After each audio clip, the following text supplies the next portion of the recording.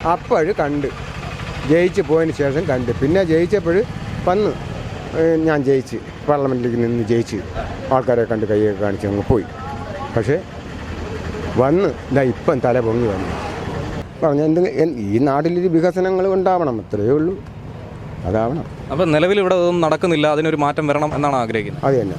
അത് ഡിഫി ആയിരുന്നാലും ശരി തന്നെ, നമ്മളെ ഈ പ്രധാന മുഖ്യമന്ത്രി ആയിരുന്നാലും ശരി തന്നെ, മുഖ്യമന്ത്രി നല്ല കാര്യങ്ങൾ തന്നെ ചെയ്യുന്നുണ്ട്. നല്ല കാര്യങ്ങൾ. എൻ്റെ മുഖ്യമന്ത്രി ഭരണത്തിരിക്കുമ്പോൾ പിന്നെ ഞാൻ ഒരു ഡിഫിക്കാരനാണ്. എൻ്റെ മുഖ്യമന്ത്രി അവിടെ ഇരിക്കുമ്പോൾ പിന്നെ എനിക്കെന്ത് ഇവിടെ അഴിഞ്ഞാടിക്കൂടെ? അതാണ് ഇവിടെ നടക്കുന്നത്. ഞാൻ ഒരു കൂലിപ്പണിക്കാരനാണ്. ഇന്ന് എനിക്ക് ജോലിക്ക് പോയില്ലെങ്കിൽ എനിക്ക് എൻ്റെ വീട് പട്ടിണി. എനിക്ക് പാർട്ടി കോൺഗ്രസോ കമ്മ്യൂണിസ്റ്റോ BJP ആരും തരില്ല. ഞാൻ ഇന്നാണ് ഈ കൊട്ടമേലാണ് 12 മണി വരെ ജോലി ചെയ്യാവും ഇവിടെ ഏത് സ്ഥലത്തും.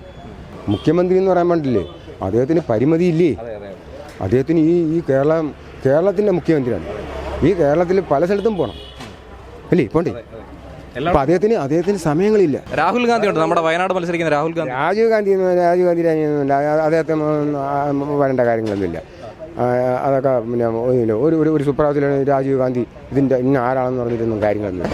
നമ്മൾ ആർക്ക് വോട്ട് കൊടുക്കും? ആർക്ക് വോട്ട് കൊടുക്കണം? അത് താങ്കളെന്ന് പറയും. ആർക്ക് കൊടുക്കണം? നമുക്ക് നിലവിൽ 3 പേര് ഇവിടെ മത്സരിക്കുന്നുണ്ട്. 3 മിടുക്കന്മാരായിട്ട് ആരാധന ഞാൻ കൊടുക്കുന്ന ആക്കാണെന്നറിയാം. ഞാൻ ഡൽഹിയിൽ ആ രാജാവിന് വേണ്ടിയാണ് ചെയ്യും. മഹാരാജാവരാണ് നമ്മളെ പ്രധാനമന്ത്രി നരേന്ദ്രമോദി. അതെ. അപ്പോൾ മോദിയുടെ ഗ്യാരണ്ടിയിൽ ചേട്ടൻ വിശ്വസിക്കുന്നുണ്ടോ?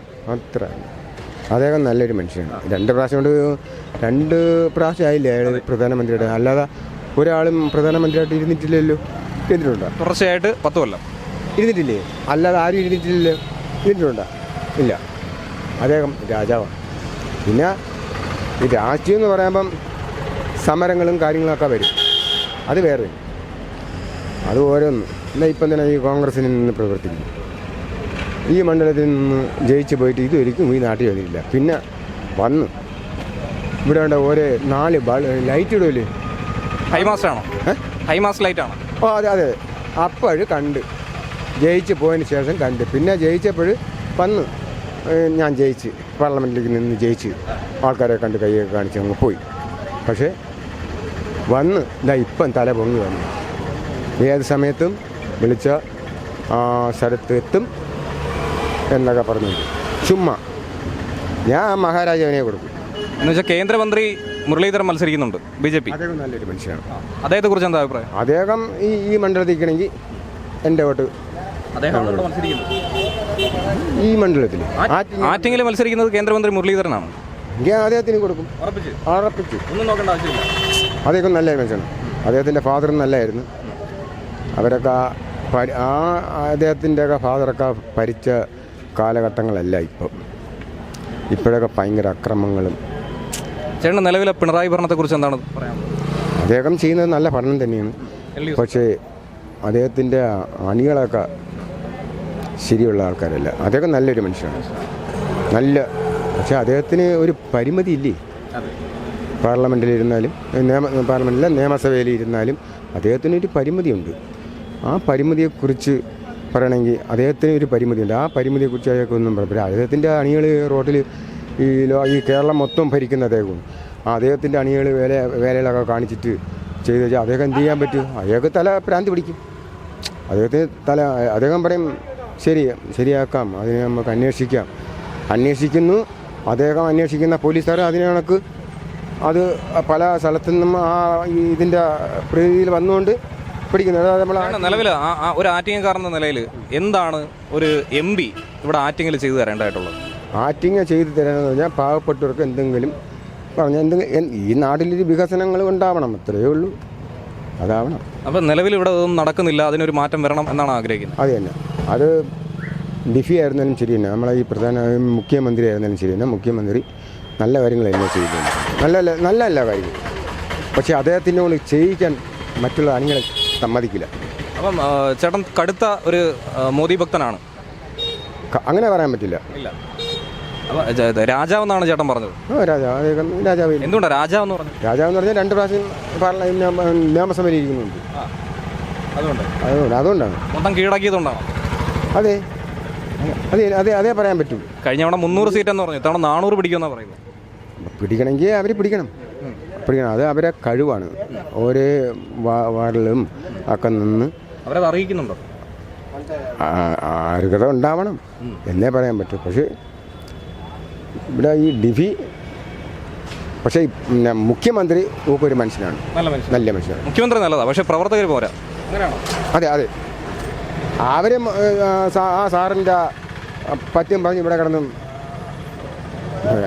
എൻ്റെ മുഖ്യമന്ത്രി ഭരണത്തിരിക്കുമ്പോൾ പിന്നെ ഞാൻ ഒരു ഡിഫിക്കാരനാണ്.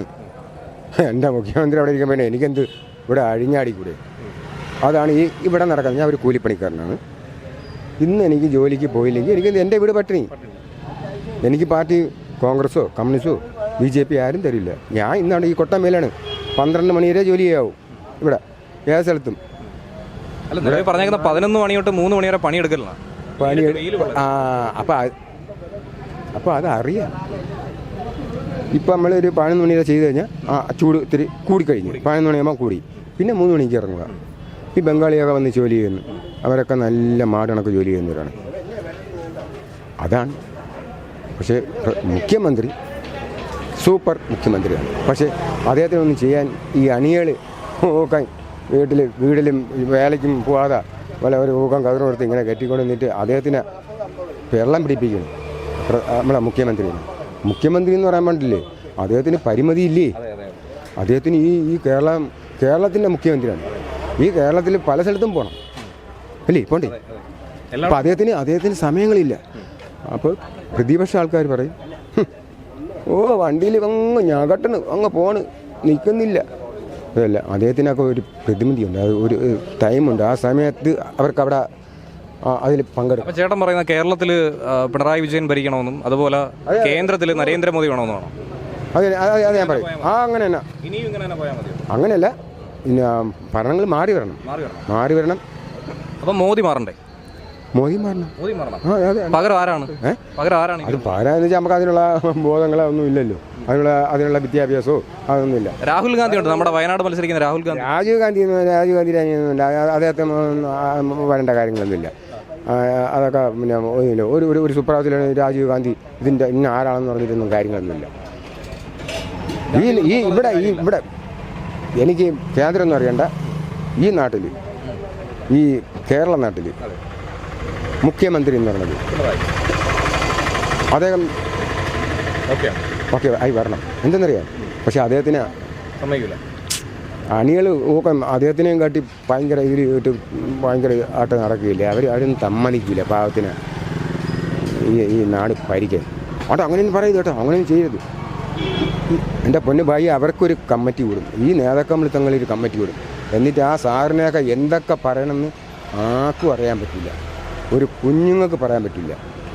നമുക്ക് പാർട്ടി ചീട്ടുണ്ടെങ്കിൽ എനിക്ക് വേണം, എനിക്ക് പാർട്ടി ചീട്ടുമില്ല. എനിക്ക് പാർട്ടി ചീട്ടുണ്ടെങ്കിൽ ഞാൻ കയറി സത്യം നമ്മൾ 2 എണ്ണം അറിഞ്ഞുകൊണ്ട് ഞാൻ വേറെ ചോദിക്കും, സാറ് ഭരിച്ചാൽ എന്ത് കുഴപ്പമെന്ത്? നിങ്ങൾ ഭരിക്കാനുള്ള സമയം കൊടുക്കും സാറിന്, അല്ലേ? 2 എണ്ണം വീശിയാലേ ആ ഒരു ധൈര്യം വരത്തുള്ളൂ. അല്ലെങ്കിലും വരും. നമ്മളിവിടെ കിടന്ന് ഞാൻ ഇപ്പോൾ ഒരു ലോഡ് മണൽ ആ കൊട്ടം മേലത്തുനിന്ന് കോരി ഇട്ട് നമുക്കതിനുള്ള പൈസ കിട്ടി. പിന്നെ നമ്മൾ കൂലിപ്പണി ചെയ്യുന്നതല്ലേ, എല്ലാവർക്കും അറിയാം. ഈ ലോകത്ത് കഴിക്കാത്ത ആരും ഇല്ലല്ലോ. അപ്പോൾ